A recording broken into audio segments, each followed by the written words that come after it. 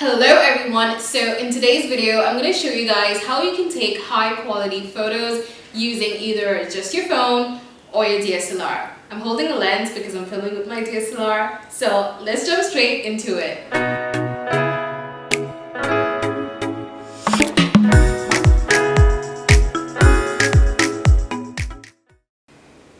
So I use the iPhone 7 that takes pretty decent photos. Now this phone isn't the recent model of an iPhone, but the quality is still really good. Before I even think of capturing any photo, what I like to do is clean my lens. Cleaning your lens can really make sure that you don't have any dust, nothing's on your lens, and you can really get that high definition quality that you need to create a good photo. Now before you even think about clicking a photo, you really want to decide how exactly do you want your photo to be taken.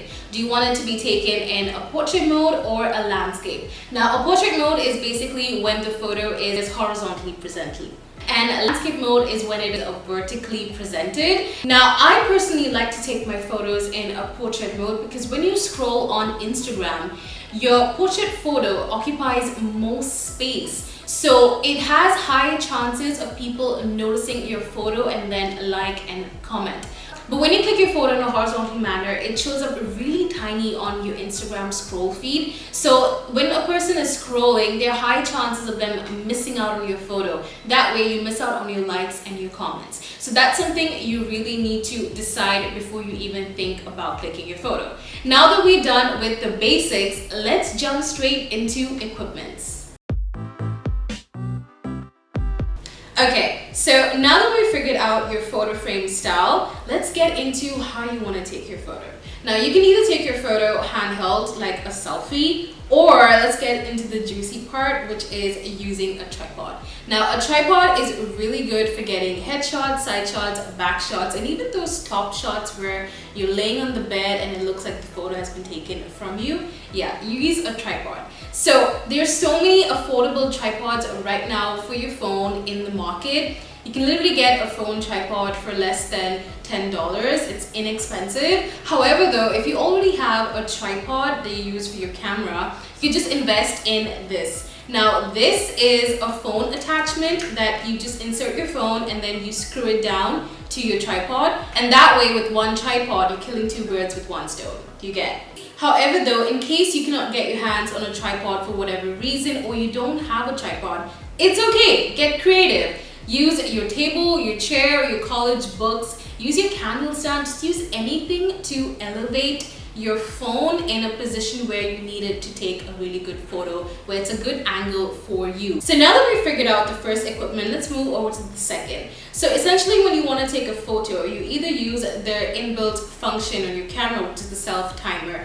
But a self timer is really good if you're beginning, no doubt. But to be honest, it can get really frustrating, especially when you are taking a photo far away from your phone. Taking a photo that's just like a few minutes where you just have to click, pose, then it's completely fine. But when you have to click your phone and then run across the other room, it gets really taxing to go back and forth to make sure that you have the perfect photo. So what I did was I invested in one of these. Now this is a Bluetooth remote for your phone. These are yet again super inexpensive. You can literally get one of those for less than $3. That's just how inexpensive they are. Now one remote can be used for Android and iOS, which is really great. So how these work is that they get connected to your phone via Bluetooth, and whenever you want to click a photo, just press the button.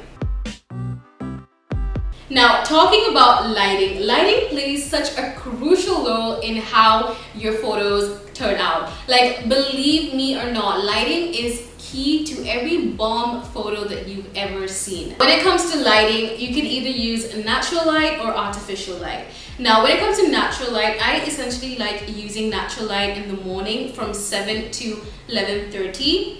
Or I can even, push it out till maybe 1 p.m. and then again in the evening from about 4 o'clock to 5:30, because that's when you have the most amazing amount of light. Now when you shoot from 1 p.m. to 4:30 p.m., the sun rays is really harsh. So in case you're shooting maybe outside your house or something like that, make sure you're not standing right in front of the sun, because the sun rays is going to bounce on you. So you're either going to look really washed out or really dark in the photo. Now what I want to do is that if you're watching this video right now and it's the daytime from wherever you are watching, what I want you to do is pause this video right now, go around your house and see where do you have the best lighting. When you find a place that you have the best lighting, that's your shooting location, okay? Okay, so I don't know how many of you have ever been in this situation whereby you're trying to take a really good selfie or a photo of a particular thing, but you notice the light keeps changing every time you click a photo, right? So what you need to do in this particular situation is you want to tap and hold your phone onto the area that is most exposed or has least amount of lighting, and then the phone will automatically auto lock. So when it does this is that if it's too dark, you can automatically increase the brightness, or if it's too bright, you can decrease it to find your particular lighting that will suit your photo. Now you can use this trick to click ample amounts of photos at the same time without having to worry about the lighting changing or not. Okay, so let's talk about some apps while taking your photos, yeah? So I have an iPhone 7 and there's this feature called portrait mode. Now it doesn't come on my phone, however, if you have an iPhone 8, 10, 11 and so on, you probably have this feature on your phone. If you're an Android user, then I want you guys to pause this video right now, go into your camera and see whether you have this mode called portrait mode. Did you check? Do you have it? Great. You don't have it? Great, because neither do I. So what I like to use is this app called Focus. So if you guys don't know what portrait mode is, it basically keeps your subject in focus while it blurs your background. So this is where the app comes into play. So what I like to do is to focus on my subject and click a photo. When I click a photo, I go back into my gallery. I click on the photo that I just clicked. The app will tell you that it's calculating the depth of field, which is basically how blur the background actually is. Now when you see the photo, the app will already blur the background for you. Now over here you'll see an adjustable timeline whereby you can make your background even more blur or you can make it a little less blur. It all depends on you. But what I really like about this app is that you can get your photo frame styles within the app itself. So you just have to click this arrow button that shows up. So the 1.1 will be your normal size, and then 4.3 is a size that Instagram accepts. 3.2 is, I would describe this as the kind of size that you would see on Snapchat. When you take a Snapchat photo, this is the size that you see. 5.4, you have 16.9, and then you have 2.31.1. So since you have these different photo frame styles, you can definitely choose the one that you want and click your photo. Now another thing I like about this app is that it has a grid. So in case you want to get your subject photo in the frame, as in the middle of the photo, you can just use the grid and do that. You can also put a timer. It has a 5-second timer, it has a 10-second timer as well. So this is really good for taking maybe selfies or even photos that are taken far ahead. You can also adjust your lighting. You can make it exposed, underexposed, whatever it is you want. You can also control your white balance while taking your photo. So this app comes in really handy, especially when you want that bokeh / blurry background in your photo without having to go and edit it. This just saves a lot of time and effort, okay? So here's a small example of the photo that I took with my phone. So I just basically placed my phone onto my tripod and I just started doing my thing while clicking the photo, and this is how they turned out. Now that we're done with how to take your photos using your phone, now let's jump straight into DSLRs.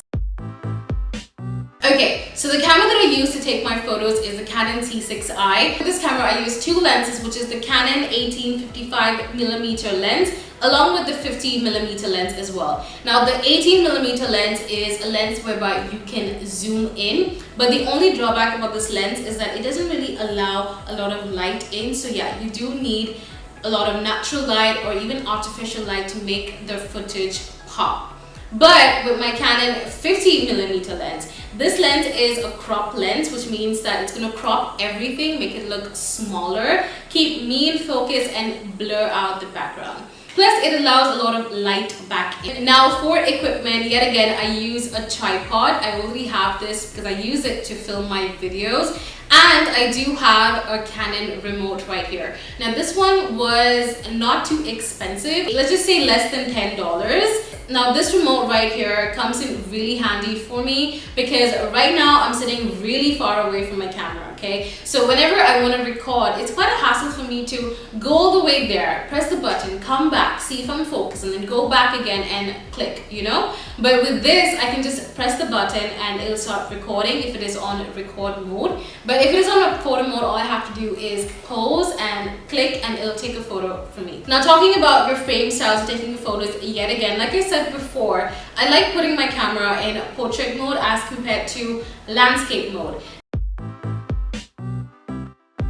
Okay, so let's talk a little bit about camera settings, shall we? So if you look at your camera, on the top, you have this option that you can twist and turn, and those are basically the photo modes. So you have different modes like manual mode, you have autofocus, you have portrait mode, you have close-up. So all these different modes will determine how you want your picture to be taken. Now, I personally like manual mode because it really helps me get the truest version of the photo of what it looks like in real life. So with your kit lens itself, you can do so many things using these different modes. So play around with it, figure out what suits your style, what suits your mood, and yeah, just do that. Now, moving on to the photo itself, I essentially like to take my photos using RAW. Now, the reason I do this is because I get the most amount of quality while I use RAW to take my photos. Now, using RAW gives me a really good quality. It doesn't depixelate my photos. Also, when I take my photo to Lightroom, I get the most amount of quality even though I'm adding quite a lot of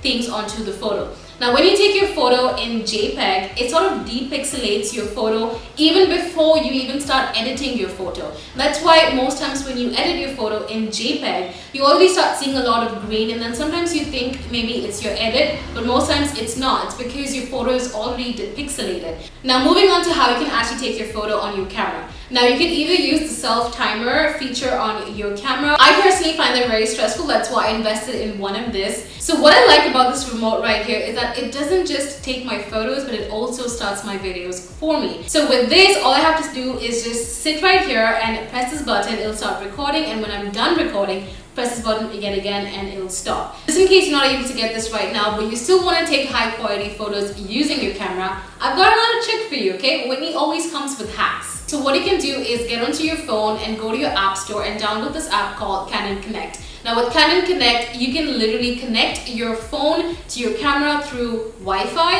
and then you can just start clicking your photos with your phone right here. That way you don't have to use a timer and go back and forth. You can just stay wherever you are, click on the button, the timer will start, you hide your phone, and then you click your photo. Here is a classic example of the time that I clicked my own photo using the camera remote.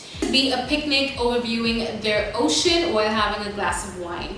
So what I did was I set up the entire thing, and then I went back and I sat down. While looking at the camera, I started adjusting my pose. I was seeing what works, what doesn't work. So what I did was that I would click about, let's say, 20 to 30 photos, and I'll go back and see if I liked any of them. In case I didn't, in case I just wanted more options, I'll go back, sit, and then start clicking again, and then go back to see. So I basically got my photo within the first shot, luckily for me, because it was really hot where I was. But just in case you're not able to get your photo in the first try, don't think too much about it. Go back, keep clicking till you get your perfect photo. I really hope that you found it helpful. I do have all the links of everything I've mentioned in this video down below, including the app. So if you enjoyed this video, make sure you like, share this video to your friends and family, because you never know who this video might help out. Also subscribe and turn on that bell so you could be the first one to get notified whenever I post a new video. As you subscribe, join the fam, and I'll see you in my next video. Bye guys!